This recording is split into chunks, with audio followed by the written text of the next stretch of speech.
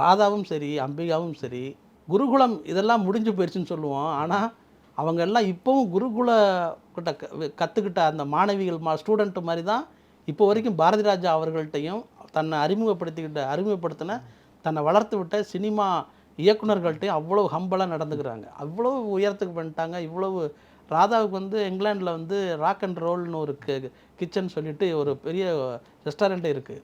அவங்க வந்து இங்கே உள்ள சீ ஃபுட்ஸை வந்து அவங்க கேரளா ஸ்டைலில் வந்து குக் பண்ணி கொடுக்குற அந்த அந்த டேஸ்ட்டுக்கே அங்கே வந்து பெரிய ஒரு கூட்டம் இருக்குது சாப்பிட்றதுக்கு. கோவாவில் கோவளத்தில் வந்து அவங்களுக்கு வந்து யூடிஎஸ்னு பெரிய ஒரு ஸ்டார் ஹோட்டல் இருக்குது. அங்கேயும் வந்து நல்ல எல்லாத்துலையும் அவங்க வந்து அவார்டெலாம் வாங்கியிருக்காங்க. அதாவது நல்ல சின்சியரான ஒரு பெரிய நல்ல ஹோட்டல் டேஸ்ட்டுக்கு அப்படிங்கிற ஃபுட்டு அதுக்கு வந்து நல்ல பெரிய சர்டிஃபிகேட்லாம் வாங்கியிருக்காங்க.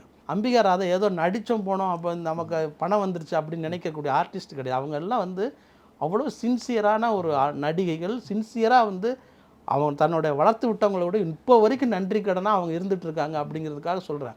அவங்க வாங்கின இந்த இடத்துக்கு வந்து எம்ஜிஆர் தூக்கி அரசு நிலத்தை கொடுத்தாரு அப்படிங்கிறத சொல்கிறதெல்லாம் பெரிய அவதூறு.